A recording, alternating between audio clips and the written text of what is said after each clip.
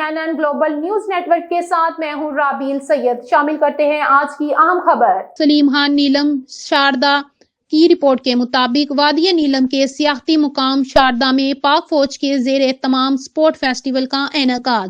Festival میں رساکشی، jumping, marathon race, cricket, والی بال سمیت مختلف روایتی کھیل پیش کیے گئے۔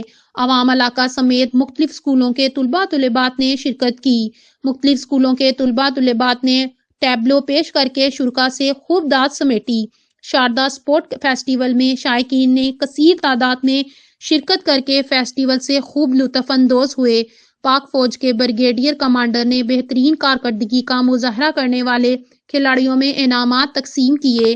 شہریوں اور طلباء نے سپورٹ فیسٹیول کے انعقاد پر پاک فوج کا شکریہ ادا کیا۔ بریگیڈیئر کمانڈر نے شرکاء سے خطاب کرتے ہوئے کہا کہ پاک فوج کھیلوں کی سرگرمیوں کے لیے اقدامات کر رہی ہے۔ شاردا نوجوانوں کا کھیلوں میں حصہ لینا خوش آئندہ ہے۔ مختلف پروگراموں میں اسکولوں کے طلباء نے بہترین کارکردگی کا مظاہرہ کیا، جس پر مبارکباد۔ نیلم راجہ ابریز سے وادی نیلم کے سیاحتی مقام شاردا میں پاک فوج کے زیر اہتمام اسپورٹ فیسٹیول کا انعقاد۔ فیسٹیول میں رساکشی، جمپنگ، میراتھن ریس، کرکٹ، والی بال سمیت مختلف روایتی کھیل پیش کیے گئے۔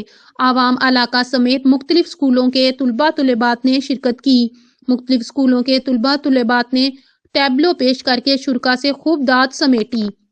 شاردا سپورٹ فیسٹیول میں شائقین نے کثیر تعداد میں شرکت کر کے فیسٹیول سے خوب لطف اندوز ہوئے۔ پاک فوج کے بریگیڈیئر کمانڈر نے بہترین کارکردگی کا مظاہرہ کرنے والے کھلاڑیوں میں انعامات تقسیم کیے۔ شہریوں اور طلباء نے سپورٹ فیسٹیول کے انعقاد پر پاک فوج کا شکریہ ادا کیا۔ بریگیڈیئر کمانڈر نے شرکاء سے خطاب کرتے ہوئے کہا کہ پاک فوج کھیلوں کی سرگرمیوں کے لیے اقدامات کر رہی ہے۔ شاردا نوجوانوں کا کھیلوں میں حصہ لینا خوش آئندہ ہے۔ مختلف کارکردگی کا مظاہرہ کیا، جس پر مبارکباد پیش کرتے ہیں۔ پاک فوج کھیلوں کی سرگرمیوں کا انعقاد مزید جاری رہے گا۔